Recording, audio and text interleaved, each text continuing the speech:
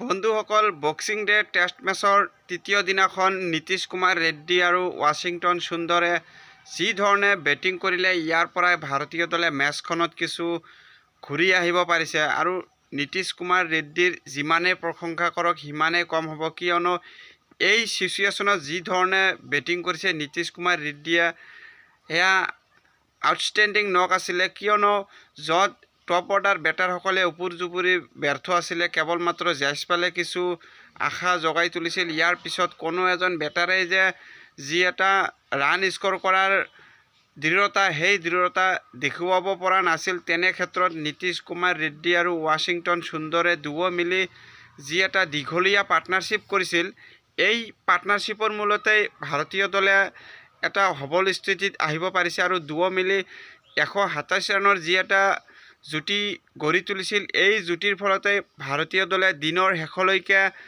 358 run সংগ্ৰহ কৰিব পাৰিছে 9টা উইকেটৰ বিনিময়ত। আৰু এতিয়াও ক্ৰিজত নীতিশ কুমাৰ ৰেড্ডীয়ে অপৰাজিত হৈ আছে। আৰু নীতিশ কুমাৰ ৰেড্ডীয়ে আজি কেৰিয়াৰৰ প্ৰথমটো টেষ্ট 100 ৰান অৰ্জন কৰিবলৈ সক্ষম হয়। অষ্ট্ৰেলিয়ান মেলবৰ্ণ ষ্টেডিয়ামত সকলো খেলুৱৈৰ আশা থাকে যে অষ্ট্ৰেলিয়াৰ এই পিটছত মেচ খেলিব, কিন্তু সেই পিটছতে যদি নিজৰ প্ৰথম টেষ্ট 100 ৰান আহে, তেনেহ'লে ইয়াৰ পৰা সৌভাগ্য আৰু কি হ'ব পাৰে। আৰু তাৰ বিপৰীতেও দলক যি এটা প্ৰেছাৰ চিচুৱেশ্যনৰ পৰা দলক উঠাই আনিছিল, ইয়াৰ পৰাই নীতিশ কুমাৰ ৰেড্ডীৰ কিমান পটেঞ্চিয়েল আছে সকলো দেখিবলৈ পোৱা গ'ল। টপ অৰ্ডাৰ বেটাৰ ৰোহিত শৰ্মাই হওক বা KL ৰাহুলে হওক, প্ৰায় সকলোবোৰ বেটাৰেই ব্যৰ্থ আছিলে। আজি ৰবীন্দ্ৰ জাদেজাও ক্ৰিজত ছেট হোৱাৰ পিছত আউট হৈছিল।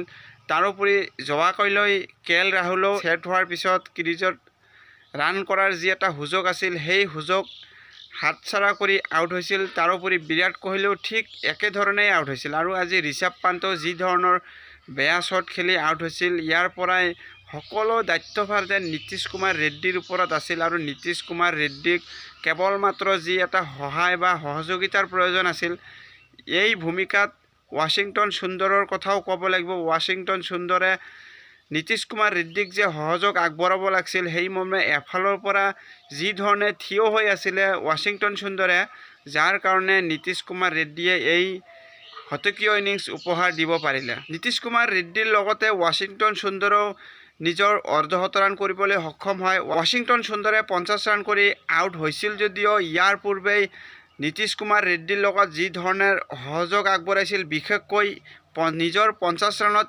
162টাকৈ বলৰ সন্মুখীন কৰিছিল। ইয়াৰ পৰাই ৱাশ্বিংটন সুন্দৰেও দেখুৱাই দিলে যে টেষ্ট ক্ৰিকেটত কি ধৰণে বেটিং কৰিব লাগে, য'ত টপ অৰ্ডাৰ বেটাৰসকলে বল ফেচ কৰাটো যে সকলো সময়তে পাহৰি থাকিছে। এই ছিৰিজত কিছু ক্ৰিজত সময় কটোৱাৰ পিছতহে যে ৰান আহে, এয়া সকলো টপ অৰ্ডাৰ বেটাৰসকলে এই ভূমিকাত বাৰে বাৰে ব্যৰ্থ হৈ আছে। কিন্তু লোৱাৰ অৰ্ডাৰ বেটাৰসকলে যি ধৰণে দলক বাৰে বাৰে প্ৰেছাৰ চিচুৱেশ্যনৰ পৰা দলক বিপদৰ পৰা উদ্ধাৰ কৰি আছে, এয়া ভাৰতীয় দলৰ টপ অৰ্ডাৰ বেটাৰসকলৰ কাৰণে নিশ্চয়কৈ লজ্জাৰ কথা। কাৰণ বাৰে বাৰে যিহেতু সকলো দায়িত্বভাৰ লোৱাৰ অৰ্ডাৰ বেটাৰসকলক উজাৰি দিছে, সেয়া সকলো সময়তে সম্ভৱ নহয় যে লোৱাৰ অৰ্ডাৰ বেটাৰসকলে বাৰে বাৰে দলক বিপদৰ পৰা ৰক্ষা কৰিব বা সন্মানগত স্থিতিত আনিব পাৰিব। যদিহে টপ অৰ্ডাৰ বেটাৰসকলে এই ক্ষেত্ৰত দায়িত্ব সহকাৰে বেটিং নকৰে, তেনেহ'লে দলে বাৰে বাৰে যে বিপদত পৰিব বা এই ছিৰিজখনো পৰাজয় বৰণ কৰিব লগা হ'ব, সেয়াও নিশ্চিত। কিন্তু নীতিশ কুমাৰ ৰেড্ডীৰ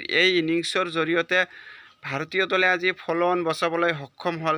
দিনৰ আৰম্ভণিত য'ত ভাৰতীয় দলে 310 ৰানত পিছুৱাই আছিল, আৰু দিনৰ অন্তত কেৱল মাত্ৰ 116 ৰানতহে পিছ পৰি আছে ভাৰতীয় দলে।